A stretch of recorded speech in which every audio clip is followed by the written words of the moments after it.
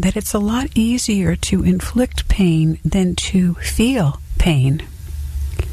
So true. Yeah. So true. So it's easier to point the finger at the other person instead of looking in the mirror and pointing it at yourself. Right. And what we call three-finger feedback. If you point a finger at someone, 3 fingers get pointed back at yourself. So to look in the mirror, and that's so true. Where did I negatively impact on others? And of course, we cannot feel other people inside their own skin as we can feel ourselves inside our own skin. So I feel your impact, but I cannot feel my impact on you. And I think you nailed it. I think that is the one thing to be aware of. How am I hurting others?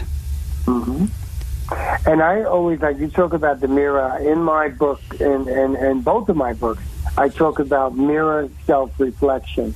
And you have to, look in that mirror, because the person you're looking at is you. And be able to reflect and talk to that person with true honesty, that person you see in the mirror. Your inner self is what makes you who you are. The outer self is just a mere shell. And doing mirror self-reflection, you reflect it back into yourself and look at, be grateful and have gratitude for where you are in your life, but also look inside yourself and ask yourself, what is ailing me? What do I need to fix to make my life better, to make myself happy, to have better relationships so that you don't repeat these old behaviors as well? I like that. What is ailing me? That's kind of an old-fashioned word. I don't hear it that much, but I think it's very apt. Yes. What is ailing me? What is bothering me? What is hurting me? Where do I feel uneasy? And I know for me over the years, I was very challenged by feelings of deprivation, that I seem to have less than others in certain ways. And it took me really a long time to work that through. And now I know that we all have our assets and our liabilities, and there's luck in life, and there's fortune, and there's also making your own luck. In one way, we're all deprived. Nobody comes from a perfect family. And then to figure out, well, where do I feel deprived, and how much of that can I gain from external, other people, and how much of that can I give to myself, as in self-parenting or reparenting? Well, you talk about that I don't believe anyone comes from a quote-unquote functional family. I think we all come from a dysfunctional family, but just at what level? Some are more severe, some are not so severe, but I believe, there's no such thing as, the cleavers, it's or the Brady Bunch. That's no family lives like that. Yes. We all come. So there's many things that happen to us that we need to look at. We need to understand. We need to learn from. We need to release and let go. Our answers to many questions of our life, again, I will say it again, lie in our soul, buried under the wounds of our past and present. And they must be revealed and understood, learned from, released and let go for good so we can move forward. This is how you have longevity in recovery, is dealing and understanding your past. So when something tragic happens in your life, let's face it, there's always trials and tribulations in life. But when something tragic happens in your life, if you don't deal with your past, you're going to regurgitate that, and you're looking at a relapse. You're looking at destructive behavior. Whatever it may be, if it relapse or destructive behavior, it's not a good thing in your life. Yes. However, if you deal with all, and you understand all of your wounds, all of your past, then when things like this happen in life, you learn how you understand that, and you are able to learn from it and move forward and not revert back to destructive behavior. That is so true, David McCauley, and I want everyone to know that I am interviewing Mr. David McCauley, McCauley, who wrote a book called Addiction to Recovery, Unlocking Your Potential. He's also written Emotional Healing, What Costs So Little is Worth So Much. And I imagine these books are available online and in local bookstores, David? Yes, you can find them on Amazon. They also can be purchased through Oak Valley Foundation. We give discounts through Oak Valley Foundation. And this book just is also very beneficial for family, loved ones, friends, to get a better understanding of addiction and the process of recovery. And if relapse is an ongoing problem with someone you know, you need to pick up this book. I believe recovery is not found in one book.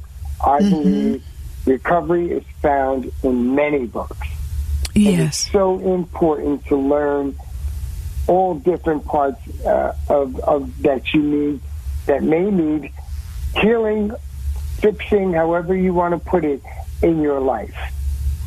It's so important. And the greatest thing about reading when you're coming into recovery, especially for someone first coming in, it gets the mind going again.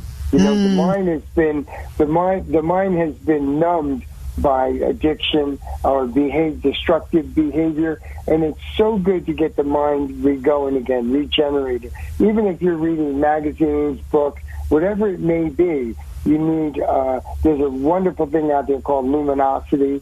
There's things that, you know, because when, you know, the awakened mind, it needs to be reawakened in order to live to your full potential.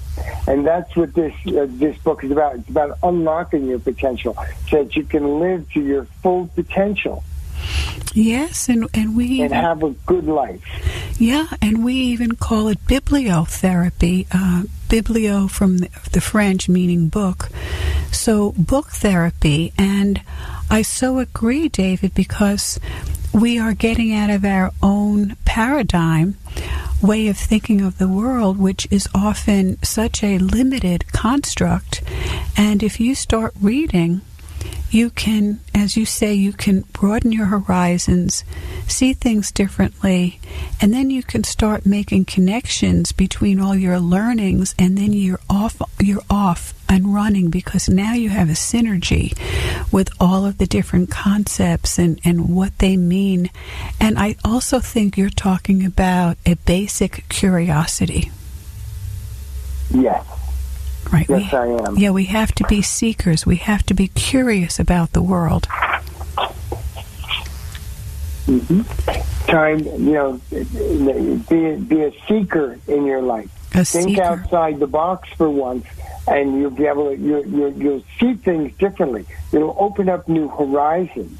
And it's so important to give people in recovery goals and let them know that their life is meaningful and that they're pursuing a much better way of living. They're after more of the richness in their life than was there when they were stuck in their addiction or even before that. Your hope is so important, and faith. You must have faith. You have to have faith in yourself first. As much as you have to have faith in others to show you the path, to help you. But you have to have that faith, that inner faith in yourself, that I can do this. Yes. It's not that difficult. I can rise do this. above. Yes. I can rise from the ashes. I can and become do this. a shining star in my life. And that belief that we can do it, and I know we can do it because I've done it, you've done it, we know many, many people who have done it. And I'm wondering, we have just a couple of minutes, so you started the show with the concept of being a certified social worker, alcoholism counselor, everything, and yet you had a relapse. Yes, it was short, just a couple of months, but it was very bad. And how could that have happened? How could you, having so much knowledge, be overtaken that way? And can you tell us the answer you came to in just a few sentences? Yes, I had very many wounds buried in my soul from my childhood growing up, and my father was an alcoholic. I'm an overachiever when it comes to work, and I know because my father told me when he would check my homework if I had something wrong that I was stupid and I was going to be nothing but a garbage man. Back then, that was a very low job. Today they're called environmental engineers, but that is where a lot of my work ethic came from. I have to achieve, got to move forward. And so I was the witness in this household, this alcoholic household. But that affected me just as much. The wounds from my childhood that I never dealt with, just glaze over our wounds and we go through life. Well, something tragic happened. My brother passed away a couple of years before that happened. He died of a heroin overdose. And in some sense, I blamed myself, although I did everything I could to help him. But I glazed over that.